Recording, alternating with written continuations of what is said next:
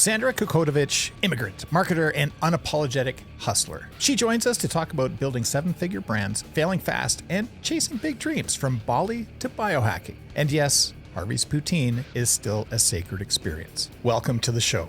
This episode is brought to you by my book, Brand Jitsu. Move your brand from meh to memorable. Brand Jitsu is the battle-tested method I've been using for nearly 20 years to help artists, entrepreneurs, and businesses find shape and share their stories so everyone gets it. And where do you get a copy of this amazing book? Glad you asked. Head over to brandjitsu.com to order a signed copy, or get it at Indigo, Chapters, Kohl's, Barnes & Noble, or head down to your local independent bookstore and ask them to bring it in. Welcome to the RebelRebel. I'm your host, Michael Dargie, and across the room from me, I have Sandra Kokotovic. Hi. How the heck are you? I am great. Happy to be here in sunny Calgary. Thank you so much for having me in this beautiful space. Oh, thank you. Thanks for coming. Yeah, we're in C Space in Marda Loop, and it is a converted school. It's like a co-working art space. So thanks for making the time. I'm so glad we got to do this in person. I know. I never get to do this. It's so much more fun than on Zoom. Yeah. So I guess catch me up. What brings you to Calgary? Okay, so coming to sunny Calgary, and I keep saying that because in Kitchener-Waterloo right now, it's like minus 1,000,000 degrees. And for once, I can tell my friends, yeah, it's plus here. And, we're out west and in the north. I came here to actually see some clients in Calgary. I own a marketing agency and I normally work online. Nice. But I have some really cool clients in Calgary called Upgrade Labs, which is a biohacking lab. Oh. And I came here to shoot some content. So we had 3 full days of social media, B-roll content, just 10 hours a day back to back. Oh my God. Yeah. So that's fun. Very fun. So that's what brought me here. Amazing. So tell me about your marketing company. So I am the co-founder and creative director of a boutique agency called Snap Advantage. I co-founded it with my husband in 2016. And we work with businesses mostly in the biohacking, health and wellness space that are looking to scale to multiple 7 figures and 8 figures. And we do that by offering different types of services. On one hand, I serve as a fractional CMO for businesses that don't have marketing leadership and need to step up their game. And I also have an amazing team that delivers social media, email marketing, text marketing, basically anything in the digital space that companies that don't have a fulfillment team would need. Love it. Yeah. And we do a lot of cool projects and fun projects, work with businesses from Canada and the United States. Awesome. One of them in Calgary. Right. Okay. So I'm curious. How did you get into this? What is the backstory, the Sandra backstory that would say, I was 8 years old and I decided to be a marketing expert? What is it? Definitely. I was not 8 years old. And when people ask me, what do you want to be when you grow up, Sandra? I'm going to be a marketer. No, that wasn't me. I thought I'm going to take a very traditional path. So I'm an immigrant. First of all, I came to Canada 20 years ago in 2005. And, I was living the Canadian dream in a sense that we like our, family, came here to have a better life, better education than in Eastern Europe. Eastern Europe did change a lot in the last 20 years. But I graduated with a double major in French and business. And I said, I'm going to work for the government. I'm going to do HR. Wow. Yeah. And then I worked as an employment consultant and I was like, okay, HR is way too boring for me. Moved into sales. I know, shocker. And I did a lot of cold calls and sales. And then I met my now husband, who was a marketer. And I had no idea what he was doing. He was just selling jewelry online. I was like, what the heck is that? But he took me to Bali one day to a marketing mastermind, gorgeous villa, free massages, and all of these marketer people were, doing their business online. And I was just kind of lounging in the sun. And then the more I talked to these people, I realized nobody had a formal training in marketing, background in marketing. E-com was booming back then. Yeah. And I was helping Serge with some admin and I saw we're making more money on our Shopify store than we're spending in Bali. And on the last day, and this is a story that I've probably told a million times because it stuck with me.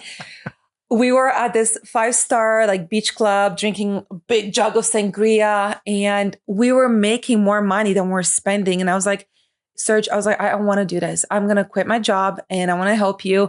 I want to do anything you want in e-com. Yeah. And I came back to Canada to sunny Kitchener and I quit my job. And we actually had our own stores for a while.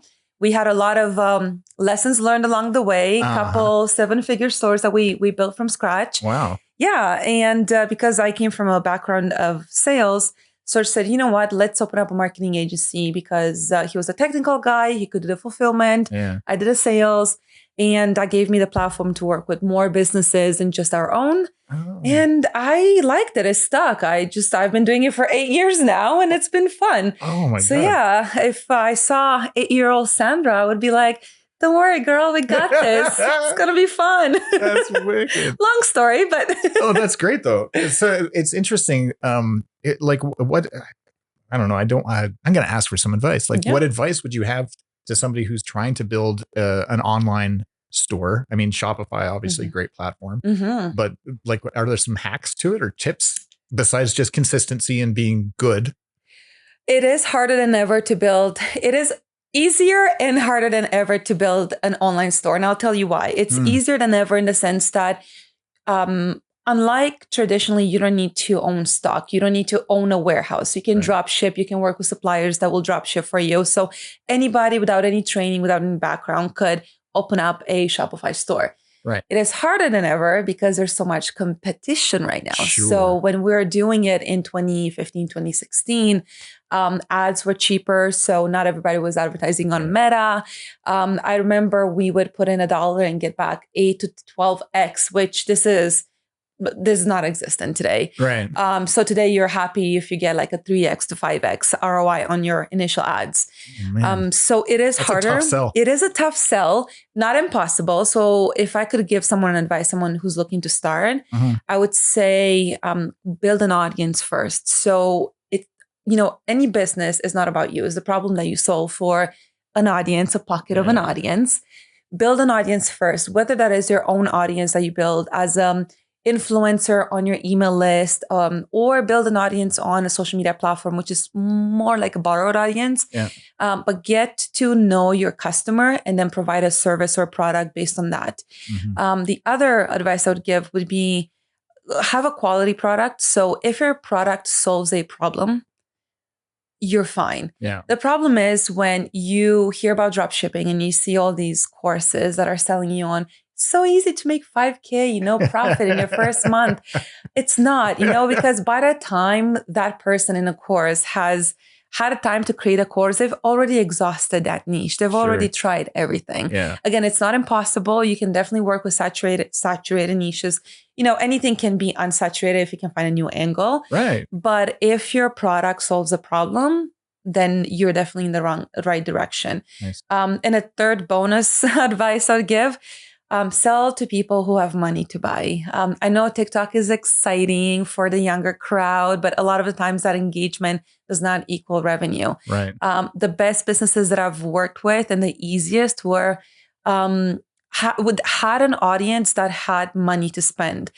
Bonus if it's products they need based on other products they have. So boat products, boat parts, right? People that have boats, they have money to spend because by the time they got to buy a boat, they've bought other stuff. They're, on the Maslow's pyramid of what you need, they're not at the bottom. They're not at the bottom, that's for sure. What do they say that the happiest day in a boat owner's life is the day they buy a boat and the day they sell it? Exactly. Yeah.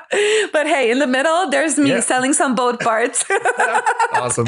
Yeah, or hot tub covers, right? Same thing. Hot tubs are not a must, but people that have hot tubs, they will need hot tub covers. They will need hot tub rubber chemicals and rubber ducks. And there you go. Do you have a hot tub? I can sell a cover.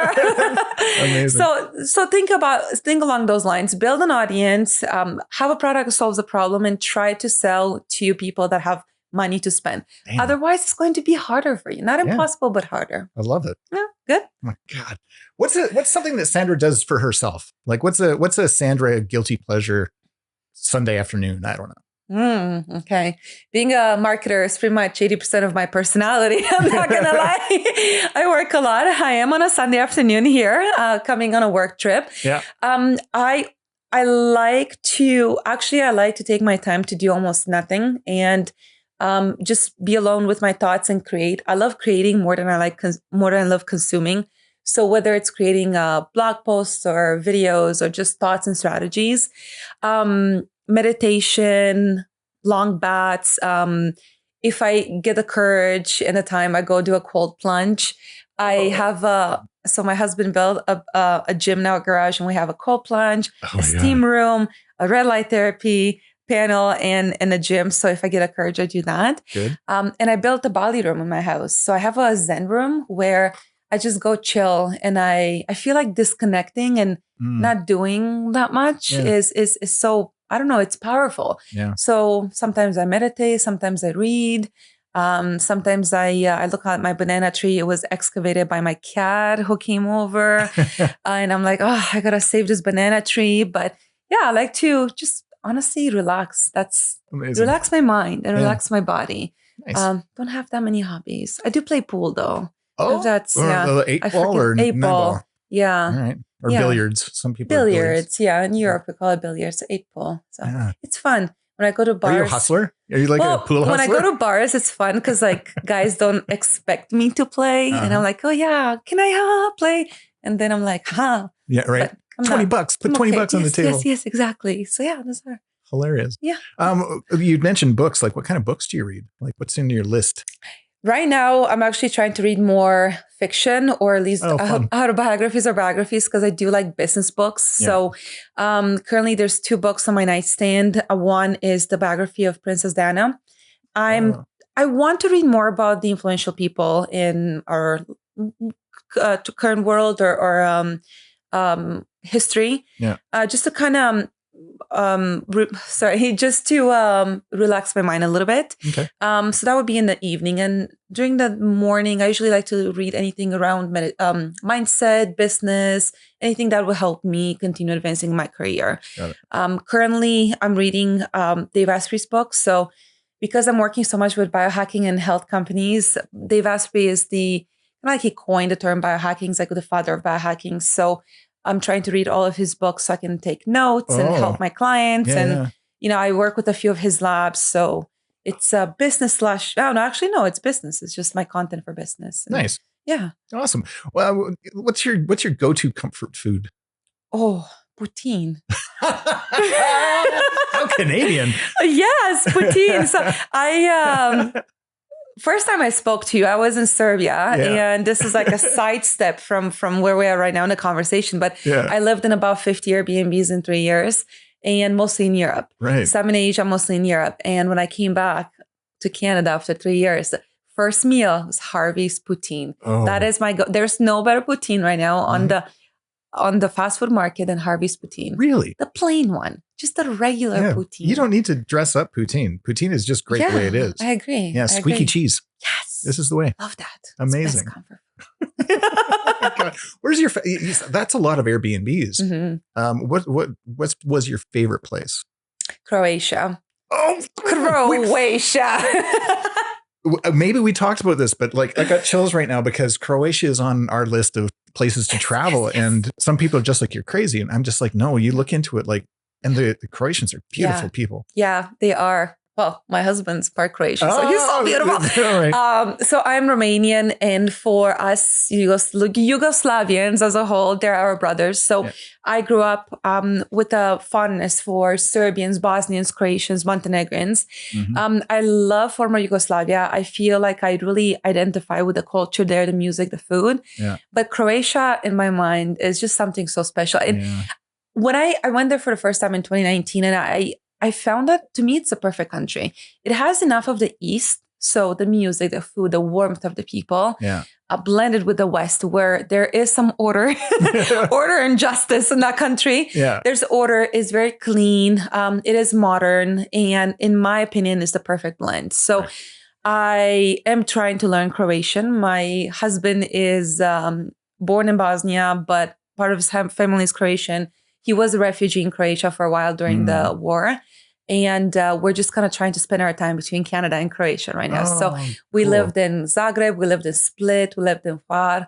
And then we traveled all across the country. It's a beautiful country. Oh man, when I go, I'm going to pick your brain for Yes, you have places to. go. You have to. You must. Yes. I always cheer for Croatia during World Cup. Yes. So actually, we were there when they won the third place in 2022. Yeah. Again. Yes. The energy there. I would not go to an event like that in North America. I'm sorry. It's too crazy to see like 10,000 people in a square. Yeah. But it was December, and they also have Advent. So they have the same type of Advent that you will see in Austria or Switzerland or Germany. And just the energy of that country, like that country is so united. Yeah. And 10,000 people lined up in the square, and people were marching. And then we saw the players. So we saw Modric, like we literally he was here, you know, I was like trying to like touch him. And it was beautiful. Like after the events, it was still so clean. There are no arrests. There's no there's no fire. There's nothing crazy like that going on. At most, you saw like some beer bottles and cans, you know, in the square, which is normal. But the energy of such united people in that country, chills. Yeah. Literal chills. Love it. Yeah. All right. This is escalating up my list. How many languages do you speak? So fluently, I speak Romanian and English. Yeah. I did major in French, but I haven't spoken French in 10 years. I would probably... You said poutine perfectly. Poutine. I was a teaching assistant in university in French. So probably if I was dropped in Quebec right now for 6 months, I could come back fluent again. Yeah, so I can read books in French and I can communicate in French. It's just not, I don't think in French anymore. Yeah. Spanish, very conversational. And I am trying to learn Croatian. Croatian, I'm kind of the baseline of one glass of wine, please. Another glass of wine, please. One bottle of wine, please. See, I see where you're going with this. And and 100 grams of ground coffee, please.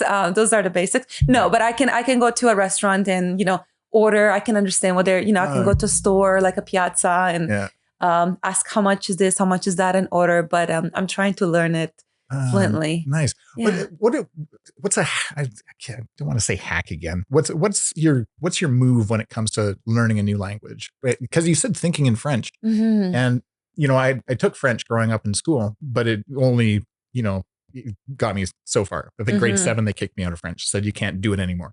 And then in university, I studied Spanish, and I was really understanding Spanish, but I never got to the place where I could think in that language. I actually... I don't know. Like, is it that some people have an inclination towards learning languages and others don't? I do have an advantage. Romanian is a Romance language. So while the words are not the same, the grammatical structure is the same for Spanish and French. Right. Also, in Romania, we had to take Latin to understand the root of the language.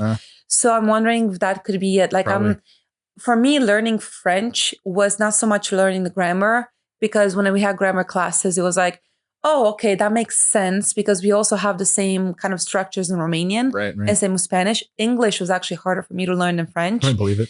But I think for me, it's easy to kind of like make connections and speak it. Yeah. I like to sing songs in Croatian. So most of my friends are Croatians, Serbians, Bosnians. Yeah. So I sing songs, and then Croatians are very different. It's very different than English, very different than Romanian, and very different than I guess it's a Slavic language, right? So I never took any Russian or anything like that, but I like to sing songs and then look at a Google Translate and kind of like make the connection.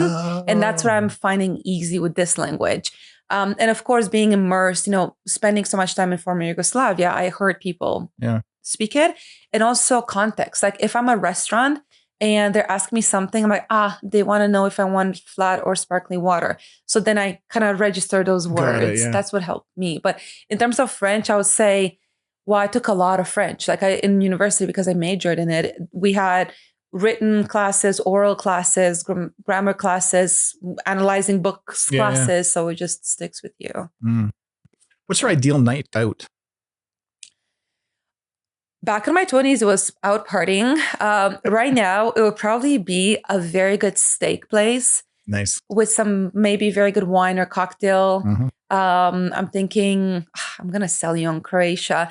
I'm thinking sold. Back when I was in Croatia, just one of those wineries that have charcuterie boards and you have a wine tour and they come with the map and you just, I like elevated spaces and I like elevated spaces and I like good meats and good wines. That would be my ideal night out. Did you get to experience Alberta beef while you were here this trip? Yes, not this time, but a few months ago. Yes. Oh, and it is so good. Yeah. I love it. Yeah. I like me a good steak. Awesome. How old were you when you immigrated to Canada? I was 14. You're 14. Mm-hmm. Must have been a huge leap for you. What's one good thing and what's one bad thing that you experienced? When I moved or throughout the last 20 years? Well, I guess, just throughout the last 20 years would be fine. Wow, but imagine like at 14, be like, holy shit, this is a shock. Yeah, I wanted to go back. When you're 14, you're a teenager, you're just making friends, right? Like you have your group of friends. And I wanted to go, me and my mom wanted to go back. We felt like we don't fit in. English was very hard for both me and my brother. I didn't speak English more than conversational. I had no friends. It was very lonely. Yeah. So the bad thing was it was a pretty long assimilation process. Facebook was not popular back then. So I couldn't, staying in touch with my friends from Romania was literally through email and letters. Oh my gosh. And you buy those phone cards to call your grandma once in a while. So it was lonely. I would say, even though we had family, like we had, my parents here, it was pretty lonely. It was hard to fit in. Yeah. On my first day of high school, I got scolded because I didn't know you have to stand for the anthem. And I was just kind of walking, like in Romania, there's no such thing as you put your stuff in a locker and then you go to different classes. Yeah. You have one classroom and then you have the same high school mates for 4 years. So that doesn't change, but the teachers change. And here it's different. So I was scolded. I didn't know what a quiz was. I failed my first exam, I think, in high school.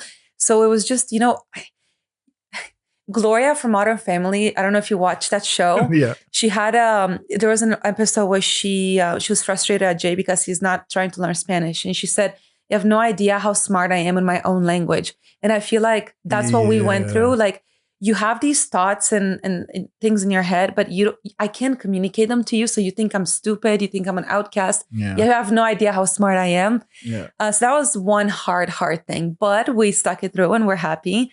I think Canada was the best thing to happen to us, my family, because my parents always dreamed of having a house, and both my parents' sides, they had refugee parents. So there's no inheritance of houses in Romania for us. Romania actually has the highest property ownership in Europe. So over 90% of people own property, except we didn't. My parents bought a condo, but there was no such thing as loans from the bank back then. So my parents were like, we want a house. We never had a house. So we want that for our family. And I think it was the best thing to happen to us. It was tough. Like, my dad's an engineer, now a PhD engineer. Wow. He had to work, fixing TVs, coming from a managerial role. My mom was working at Old Navy, folding clothes for $7 an hour, feeding her family from that and going to school at night. But along the way, we managed to, I went to university here. I had opportunities I don't know if I would have had back home. Being in any industry and knowing English and having that North American sort of like attitude and mindset and hustle, I think can take you far in life. And I think it took me far in life. So I honestly, I don't regret coming to Canada. I know I want to travel now when I'm back to Croatia a lot, but no, it was great. I'm glad we came. Oh, amazing. Yeah. And where do you live exactly? Like, I don't need your street address, but like which part? Kitchener-Waterloo. Kitchener-Waterloo. Yeah. Okay. And I don't know Kitchener that well. I usually drive through it. But is there a favorite walk you have or a favorite thing that you do in Kitchener? Like, there's lakes. You can't throw a stick without hitting a lake in Ontario. Yeah. So Kitchener is about 100 kilometers west of Toronto. I grew up in Kitchener. To be honest, I'm not attached to Kitchener emotionally. My family and friends are there. Yeah. I don't know if I have a happy place in Kitchener, although I'm thinking about it. To be honest, I made my house my happy place. Okay. But there's a lot of beautiful parks. Like, I would say there's trails. So if anyone's listening that is looking for a a place to go in Kitchener, I would say the Huron trails are beautiful. They have different trails with different vibes. So like river trails or trees trails or field trails. Let's stick to your Bali room then. Okay. So let's imagine you're in your Bali room and you're just vibing. Yeah. And you're thinking to yourself, what is the one thing that you wish the world knew? Wow. Okay. What is one wish that okay. Yeah. One thing. Mm-hmm. I wish the world knew that you don't have to be stuck where you are. You can do anything you want to do. I know that people in different parts of the world don't have the same opportunities as people in other parts of the world, but I think people think they're stuck. I feel like a lot of people, they're not at their peak, not just happiness, because happiness can be fleeting, but being content and feeling proud and successful with where their life is. Yeah. I want the world to know that you don't have to be stuck where you are. You can do a lot. Nice. You can do a lot. You don't have to follow the regular path in life. You can be a rebel. What? Hell yeah, what a perfect segue. We couldn't have written this better. So my next question, of course, is, there's these people out in the world that are, maybe they're about to leave Romania and come to Canada for the first time, or perhaps they're about to start their own business, or they're being like, oh, I really want to get into marketing, whatever that happens to be. We call these people rebels in waiting. And what advice would you have for them to take that next step or, get to the next step? If you're just starting out, take whatever opportunities you can so you can fail as fast as you can. Success will not be handed out to you. There's no such thing as people know how smart Sandra is and someone will discover me and they'll say, here's a project for you. Right. You have to go out and get your own projects. For me, that meant a lot of cold calling, cold emailing, meeting people, pitching myself and getting no after no after no after no. I took opportunities that maybe they don't align with me right now when I'm a more seasoned marketer, but I want to take those opportunities to learn and fail. So I would say, one, take the opportunities, learn and fail. Two, do not be entitled. I think entitlement is crazy in this world. I don't know. I'm not here to hate on anybody, but I think that this idea that you can just close your computer off at 5 when you're new, yes, when you're seasoned, then you have a team and that's different. But again, the world doesn't owe you anything. You're not worth $1 million unless you solve $1 million product or problem. So don't be entitled and be humble. Learn from the people that have walked the path ahead of you. And I go back to the failure. Don't be afraid to fail. I used to be so afraid to fail. Really? Yeah, because I thought the moment you fail, you're going to, that's it. That's your, that's who you are. You're a failure. And then I realized I have to fail. How else am I going to succeed if I don't fail a million times? We've, me and Serge, we've had businesses that failed where we were in debt so much we had to go back to work. And then while we were working full time, we built a $1 million brand in less than a year. And again, along the way, we had stores that failed and stores that succeeded. But don't be afraid of failing. You gotta fail. That is such great advice. Thank you, Sandra. That's kick-ass. Thank you so much for making time and visiting us at C-Space today. I just appreciate you so much. Thank you. I appreciate you too. And thank you so much for inviting me here. This is a beautiful space. And I hope this is not the last time we'll collaborate. I'm sure it's not. I can't wait. Thank you.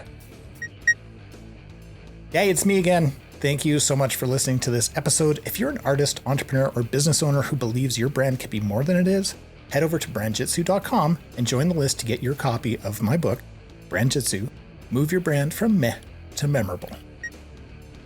I've been your host, Michael Dargie, and this has been the Rebel Rebel Podcast. It's a podcast for creative rebels and entrepreneurs all over the world. And hey, if you're a rebel or you know a rebel, why don't you head on over to the RebelRebelPodcast.com and fill out our guest request form. Share or subscribe wherever you get your favorite podcasts. And thanks so much for listening. Until next time.